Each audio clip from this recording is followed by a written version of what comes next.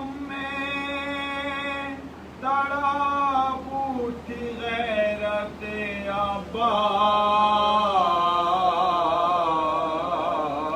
عباس دیار کوفہ میں جب سر بھولے گئے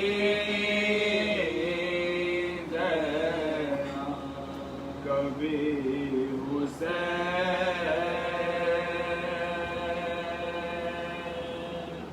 نعرہ سلوات اللہم صلی علی محمد وآل محمد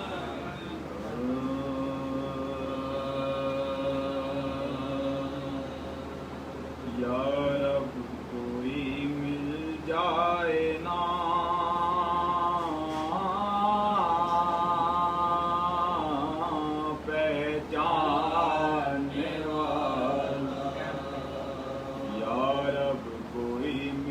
جائے نا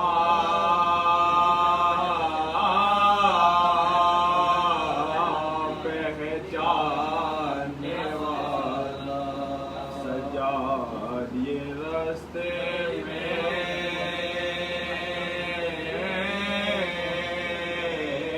دعا مانگا یا رب کوئی مل جائے نا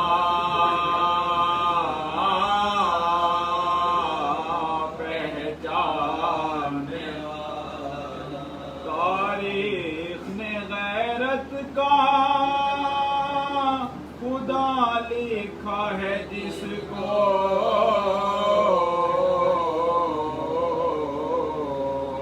ہر موڑ پہ زینب کے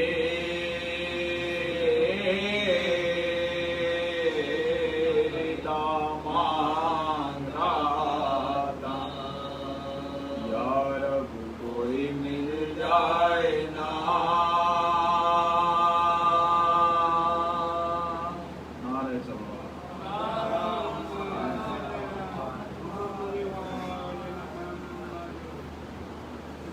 کون نعرہ سلوات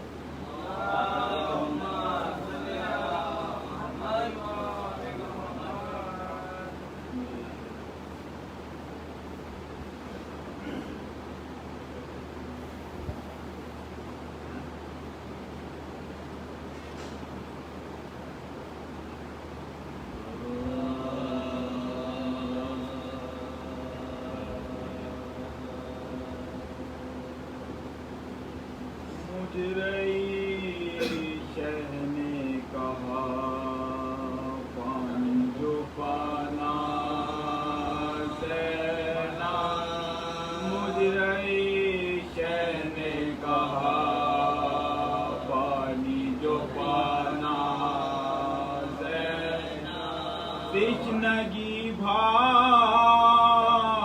کی تم بھول نہ جانا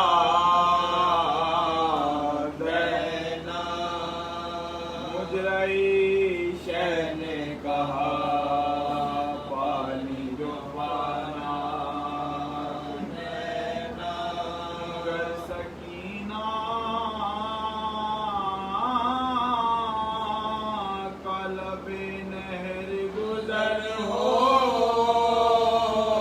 جائے لاش عباس دلاور چھپانا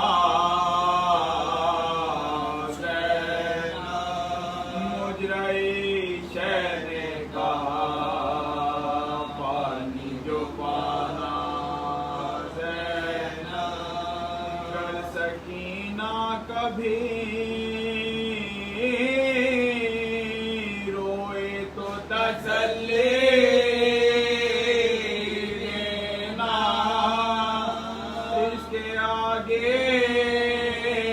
کبھی آنسو نہ بہانا زینا مجرئی شہ نے کہا پانی جو پانا زینا رحم کھا کر ہر کوئی بے رحم جو پانی دے پہلے تم میری سکینہ کو پلانا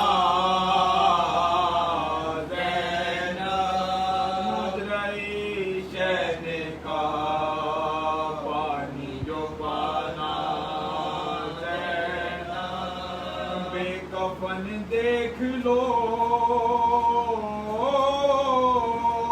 لاشا جو میرا ماتل میں قسم رکھی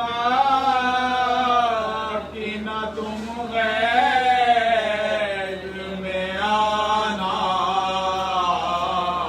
دینا مجھ رہی چین کا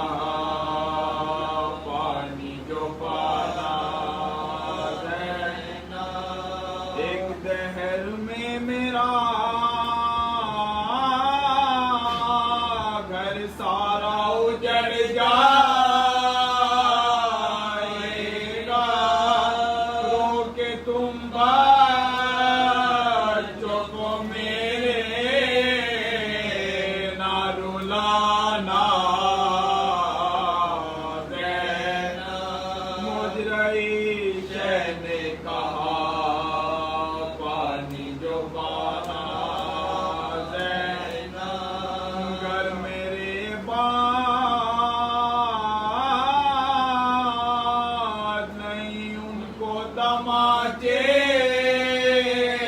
مارے اپنے دامن میں رقیہ کو چھپانا دینا مجھ رہی چین کہا پانی جو پانا دینا گر وطن جا کے کسی کا جو سجائے چہرہ میرے اکبر کو کبھی بھول نہ جانا دینا مجھ رہی چین کا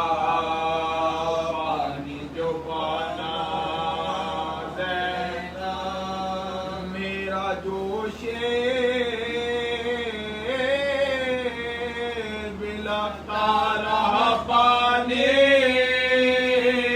کے لیے فاتحہ دودھ پہ اصغر کی دلانا دینا مجھ رہی چین کہا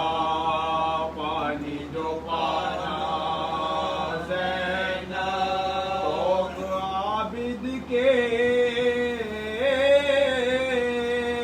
گلے میں جو ستمگر ڈالے بدعا کے لیے تم لب نہ ہلانا دینا مجھ رہی چین کا پانی جو پانا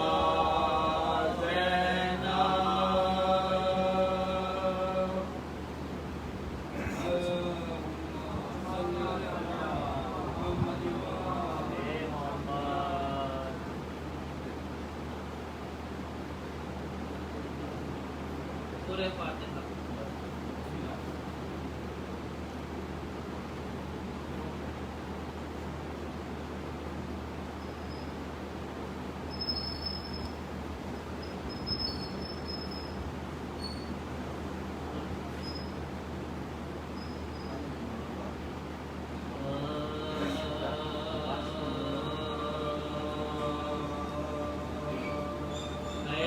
خانے میں جو شہ کا سر انور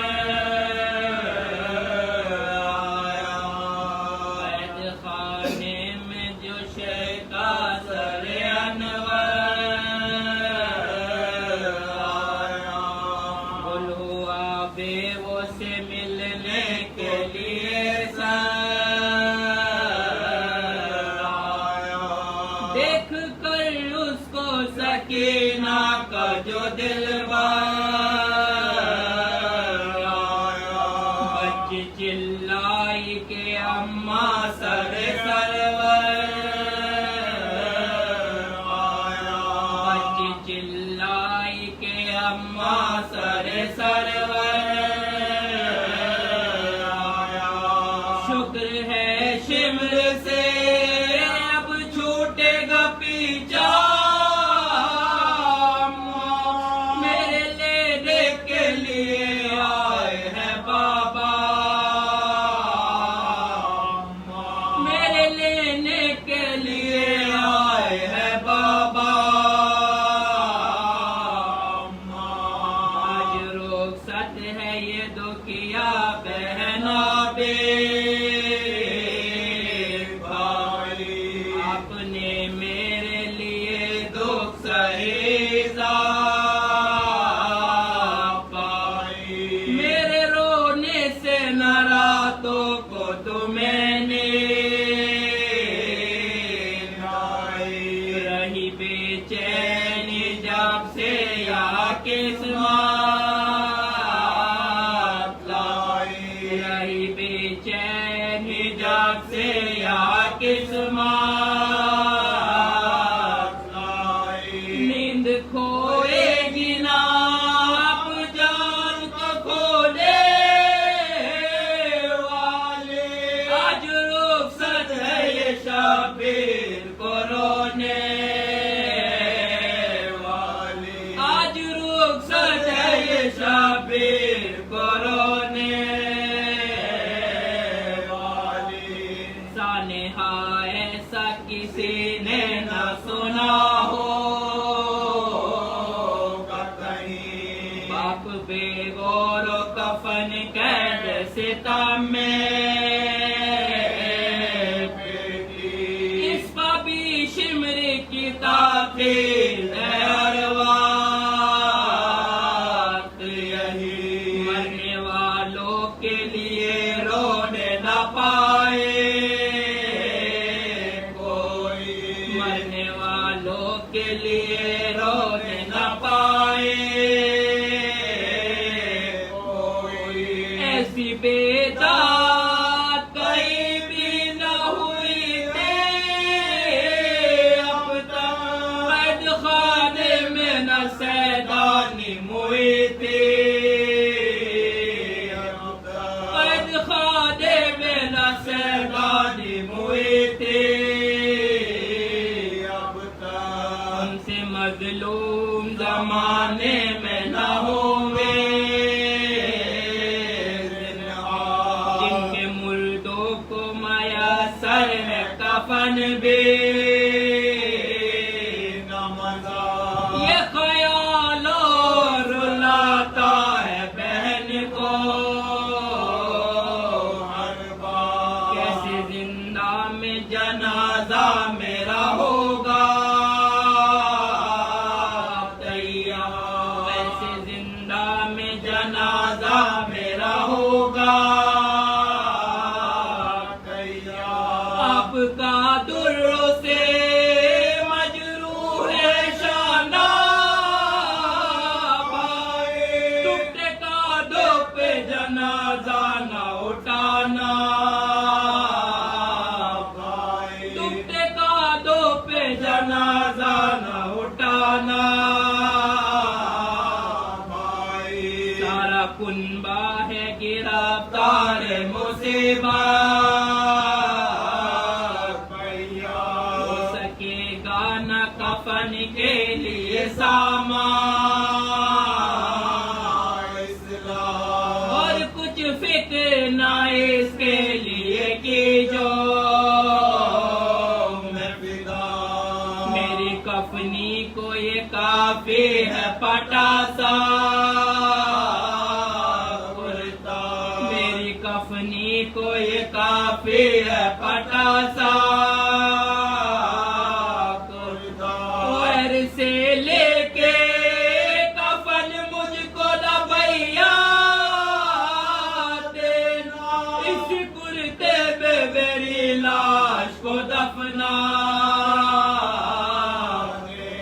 اس کرتے میں میری لاش کو دفنا دینا. ایک یہ میری وصیت نہ بھولے استخا جل گئے ہیں سوزے آتش سے. پیاس بر پانے مایا سر کبھی آیا نہ مجھے. اتنا میت پہ کرم کی جو میری میں صدقے. اتنا میت پہ کرم کی جو میری میں قبر پر کچھ تو رات کا ٹھکانا پائے.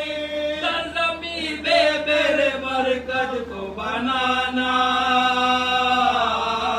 پائے. سرزمین میں میرے مرکز کو بنانا پائے. پھیل جائے گی یقیناً میرے مرنے جمع میت پہ سبھی ہوگے میرے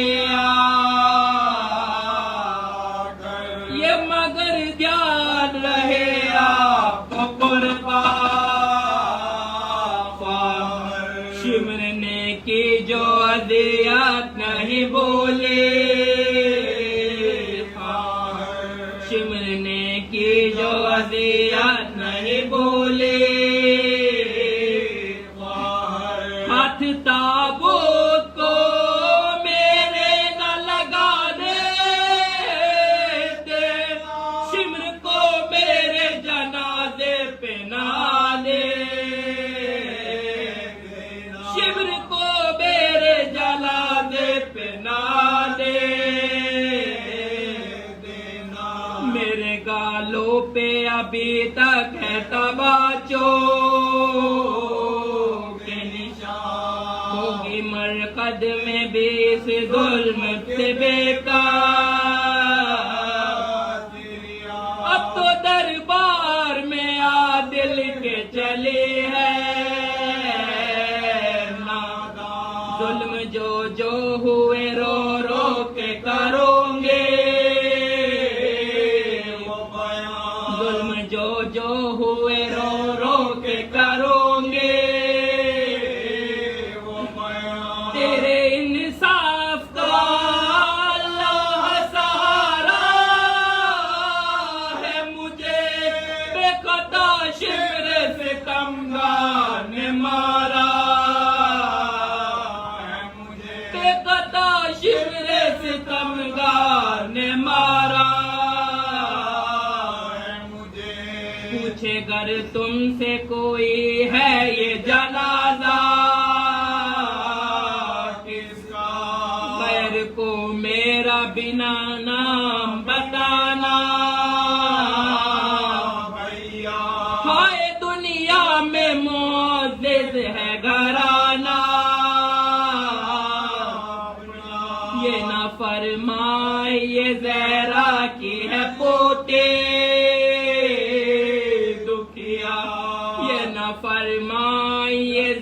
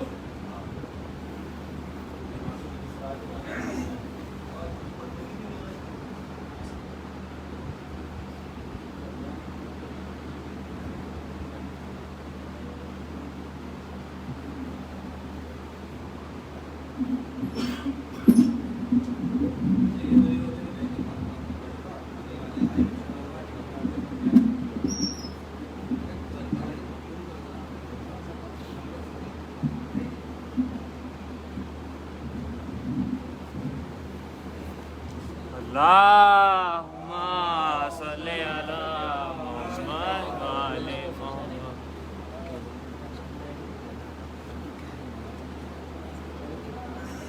بسم اللہ.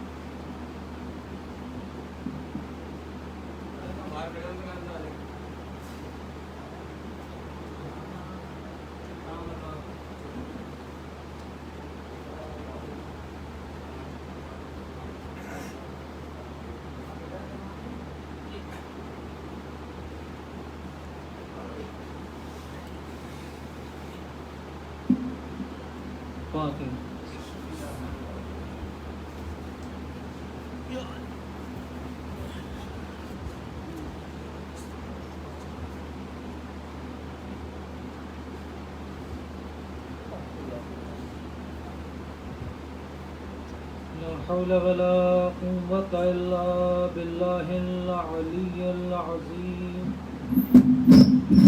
أعوذ بالله من الشيطان الرجيم. بسم الله الرحمن الرحيم.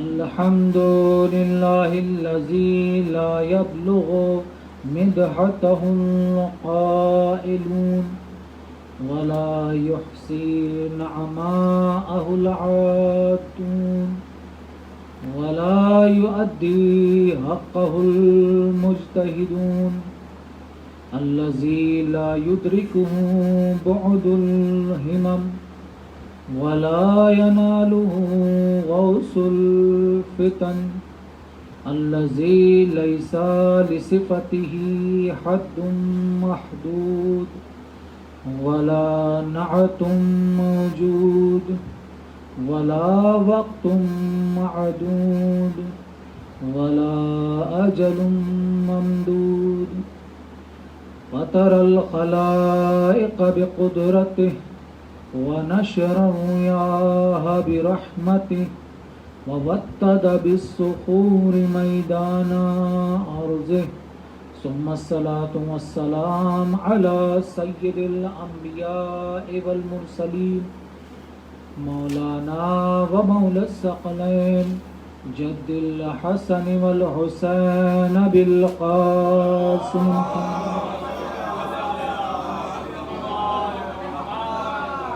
وآله الطيبين الطاهرين المعصومين المظلومين المنتخبين المنتجبين ولعنة الله على أعدائهم أجمعين. أما بعد فقد قال الله تبارك وتعالى في كتابه المبين وقوله الحق. بسم الله الرحمن الرحيم. الرحمن علم القرآن خلق الإنسان علمه البيان. صلوات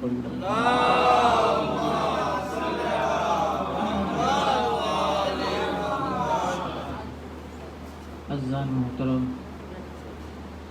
ایک مرتبہ سورہ الحمد کی تلاوت کر کے اور 3 مرتبہ سورہ توحید کی تلاوت کر کے جن مرحومہ اور مغفورہ کی ایصال ثواب کے لیے یہ مجلس منعقد ہوئی ہے ان کو پڑھ کے بخش دیں.